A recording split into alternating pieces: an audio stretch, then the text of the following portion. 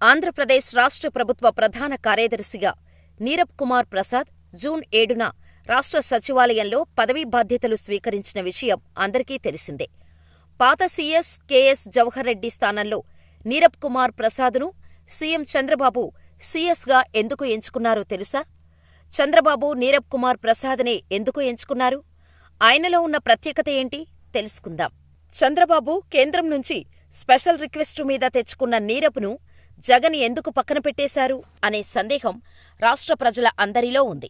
అయితే చాలామందికి Andhra Pradesh chief secretary పదవి గురించి తెలియదు. ముందుగా దాని గురించి తెలుసుకుందాం. సీఎస్ పదవి ఎంత గొప్పదంటే చంద్రబాబు తర్వాత ప్రభుత్వ విషయాలపై నిర్ణయాలను తీసుకునే అర్హత ఈ పదవి చేపట్టిన వారికే ఉంటుంది.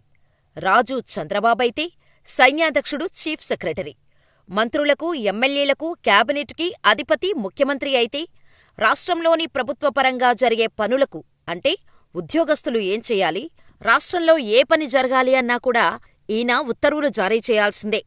ఈయనకు తెలియకుండా ప్రభుత్వంలోని ఏ పని కూడా జరగదు. గత ప్రభుత్వంలో సీఎస్గా పనిచేసిన జవహర్ రెడ్డి కంటే నీరబ్ కుమార్ చాలా సీనియర్. కానీ జగన్ నీరబ్ గారిని పట్టించుకోలేదు. కారణాలు తెలీదు కానీ నీరబ్ కుమార్కు నీతి నిజాయితీగా ఉన్న అధికారిగా పేరు ఉంది. అయినప్పటికీ మాజీ సీఎం జగన్ ఈయనకు ప్రాముఖ్యత ఇవ్వలేదు.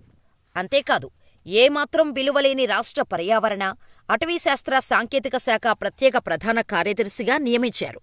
దీంతో ఎన్నికల రిజల్ట్స్ తర్వాత ప్రభుత్వం మారడంతో నీరబ్ కుమార్ సీఎం చంద్రబాబు గారిని కలవటం, తనకు జరిగిన అన్యాయం గురించి చెప్పటంతో ఏపీ మాజీ chief secretary Jawahar Reddy YCP ప్రభుత్వానికి అనుకూలంగా వ్యవహరించటంతో కెఎస్ జవహర్ రెడ్డిని పక్కన పెట్టాలని చంద్రబాబు భావించటంతో ఆ పదవీ కోసం నీరబ్ కుమార్ని ఎంచుకున్నారు. కేంద్ర రాష్ట్ర ప్రభుత్వ రిక్వెస్టు మేరకు జూన్ 30తో పదవీ విరమణ చేయవలసిన నీరబ్ పదవిని మరో 6 నెలలు పెంచారు. Nirab Kumar Prasad BTech, mechanical engineering చేశారు. ఈయన 1987 ఐఏఎస్ బ్యాచ్ అధికారి. ఈయన ప్రస్తుతం రాష్ట్ర పర్యావరణ, అటవీ శాస్త్ర సాంకేతిక శాఖ ప్రత్యేక ప్రధాన కార్యదర్శిగా పనిచేస్తున్నారు.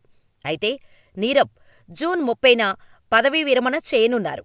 అయితే చంద్రబాబు పట్టుపట్టి మరీ నీరబ్ సేవలు మరికొంత పొడిగించాలని కేంద్రం నుంచి అనుమతి తీసుకొని సీనియారిటీ ప్రాతిపదికన నీరబ్ కుమార్ని సీఎస్గా నియమించారు. 1988లో పశ్చిమ గోదావరి జిల్లాలో అసిస్టెంట్ కలెక్టర్గా ఉద్యోగ బాధ్యతలతో ప్రయాణం మొదలుపెట్టారు. 1990లో తూర్పుగోదావరి సబ్ కలెక్టర్గా విధులు నిర్వర్తించారు. అలాగే రంపచోడవరం సబ్ కలెక్టర్గాను, 1991లో ఏటూరు నాగారం పీఓ ఐటీడీఏగా, 1992లో కృష్ణా జిల్లా పీడీఆర్డీఏగాను ఆయన పనిచేశారు. 1993లో కృష్ణా జిల్లా జాయింట్ కలెక్టర్గా, 1996లో ఖమ్మం కలెక్టర్గా, 1998లో చిత్తూరు కలెక్టర్గా పనిచేశారు. 1999లో యువజన సంక్షేమ శాఖ డైరెక్టర్, శాప్ ఎండీగా పనిచేసిన నీరబ్ కుమార్ ప్రసాద్ 2007లో కేంద్ర సర్వీసులకు డిప్యూటేషన్పై వెళ్లారు. 2005లో రాష్ట్ర పాడి పరిశ్రమాభివృద్ధి సంస్థ వీసీ అండ్ ఎండీగా, 2007లో పరిశ్రమల శాఖ కమిషనర్గా, 2009లో మత్స్యశాఖ కమిషనర్గా, ఏపీఎస్హెచ్సి ఎండీగా పనిచేశారు. 2012లో రాష్ట్ర మున్సిపల్ పరిపాలన అండ్ పట్టణాభివృద్ధి సంస్థ కమిషనర్ బాధ్యతలు చేపట్టారు. రాష్ట్ర విభజన అనంతరం 2014లో జీఏడీ ముఖ్య కార్యదర్శిగా కొనసాగిన ఆయన 2015లో వైఏటీసీ ముఖ్య కార్యదర్శిగా పనిచేశారు. 2017లో కార్మిక ఉపాధి కల్పన అండ్ శిక్షణ శాఖ ముఖ్య కార్యదర్శిగా పనిచేశారు. 2018లో టీఆర్&బి ప్రత్యేక ప్రధాన కార్యదర్శిగా, 2019లో రాష్ట్ర పర్యావరణ, అటవీ శాస్త్ర సాంకేతిక శాఖ ప్రత్యేక ప్రధాన కార్యదర్శిగా సేవలు అందించారు.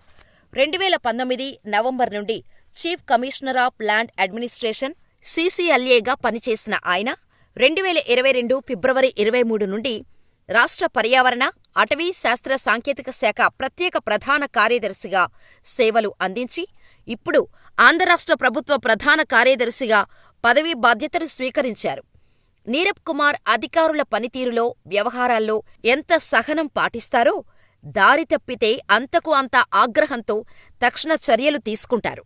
మచిలీపట్నంలో ఓ రోజు సాయంత్రం ఆయన ఆఫీసులో ఉండగా జిల్లా విద్యాశాఖ అధికారిని ఫలానా ఫైలు తీసుకొని అర్జెంటుగా రావాలని ఫోన్ చేయించారు.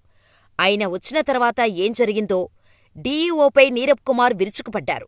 కోపంగా ముందు ఇక్కడ్నించి పో అంటూ ఫైలు విసురుగా విసిరికొట్టారు. తప్పుడు సమాచారంతో సంతకాలు చేయిస్తావా? పో, ముందు బయటకు పో అంటూ బెల్లు కొట్టారు. ఆ క్షణంలో ఆయన కోపానికి ప్రత్యక్ష సాక్షులు, స్టాఫ్ మొత్తం వణికిపోయారు. ఆయనలో అంత కోపాన్ని చూడటం ఇదే తొలిసారి అని సిబ్బంది ఒకరికొకరు చెప్పుకున్నారు. పని విషయంలో ఎంత ఖచ్చితంగా, నిజాయితీగా ఉండే ఆయన పనిచేసే సిబ్బందిని, ఫైల్స్ పెండింగులో ఉంచని అధికారులను బాగా అభినందించేవారు. ఇంకో ఘటన కూడా మనం నీరబ్ గురించి చెప్పుకోవాలి. కృష్ణా జిల్లా నుంచి నీరబ్ కుమార్ ప్రసాద్ని జిల్లా కలెక్టర్గా ఖమ్మం జిల్లాకు బదిలీ చేశారు. ఆయన ఖమ్మంలో పనిచేస్తుండగా ఓ జిల్లా డీఈఓపై వేటు వేశారు. ఖమ్మం జిల్లాలోని లైబ్రరీలకు పుస్తకాల సరఫరా కోసం ఓ పబ్లిషర్ కేటలాగ్ను జిల్లా డీఈఓకు పంపించారు. కానీ సదరు అధికారి కమిషన్ల మత్తులో పనికిరాని పుస్తకాల జాబితాను తయారుచేసి జిల్లా కలెక్టర్ నీరబ్ కుమార్ ప్రసాద్కు అందజేశారు. తన పుస్తకాలకు అవకాశం ఇవ్వలేదని పబ్లిషర్ జిల్లా కలెక్టర్కు మొరపెట్టుకున్నారు. వెంటనే స్పందించిన కలెక్టర్ ఈ పుస్తకాలు బాగుంటే కొనుగోలు చెయ్యండని డీఈఓని ఫోన్లో ఆదేశించారు. డీఈఓని కలవాలని పబ్లిషర్ని పంపించారు. కాని కమిషన్లు ఇవ్వకుండా కలెక్టర్కు ఫిర్యాదు చేశారని కోపంతో ఊగిపోయారు. ఆ పుస్తకాలు కొనేది లేదని భీష్మించారు. మళ్లీ ఈ బంతి కలెక్టర్ కోర్టుకు చేరింది. వెంటనే స్పందించిన జిల్లా కలెక్టర్ స్వయంగా డీఈఓకు ఫోన్ చేసి వెంటనే గ్రంథాలయ ఫైల్ను తీసుకురావాలని ఆదేశించారు. ఆ తర్వాత డీఈఓ ఫైల్ తీసుకురావటం, నీరబ్ కుమార్ ప్రసాద్ స్వయంగా అన్నీ చూసి డీఈఓ చేసిన మోసం తెలుసుకొని పబ్లిషరుకు జరిగిన అన్యాయానికి న్యాయం చేశారు. అయితే మరోవైపు జగన్కు నమ్మకస్తులు అనే పేరున్న వారందరినీ టీడీపీ టార్గెట్ చేస్తూ పోతోందని విమర్శలు ఉన్నాయి. సీనియర్లు, ప్రతిభావంతులైనా కూడా ఎవ్వర్నీ వదిలిపెట్టడం లేదనే వాదన ఉంది. వైసీపీ అధికారంలోకి వచ్చిన తర్వాత కూడా మార్పులు జరిగాయి కానీ టీడీపీ అంతకుమించి అన్నట్టుగా ఉందని కొందరు అంటున్నారు. జగన్ టీం అనే ముద్ర ఉన్న వారందరినీ టీడీపీ పక్కన పెడుతోందని, సీఎస్తో మొదలై ప్రస్తుతం 3 ఐఏఎస్ల దగ్గర ఈ బదిలీ వ్యవహారం ఆగిందని, ముందు ముందు ఇంకెన్ని రాజకీయ బదిలీలు ఉంటాయో వేచి చూడాలంటున్నారు. డీజీపీ విషయంలో ఎన్నికల ముందే పంతం నెగ్గించుకున్న చంద్రబాబు ఇప్పుడు సీఎస్ని సాగనంపారు. కొత్త సీఎస్తో మరో 3 ఐఏఎస్లపై వేటు వేయించారు. రాబోయే రోజుల్లో జిల్లాల కలెక్టర్లు, ఎస్పీల విషయంలో కూడా ఈ దారి కొనసాగుతుందనే విమర్శలు ఉన్నాయి.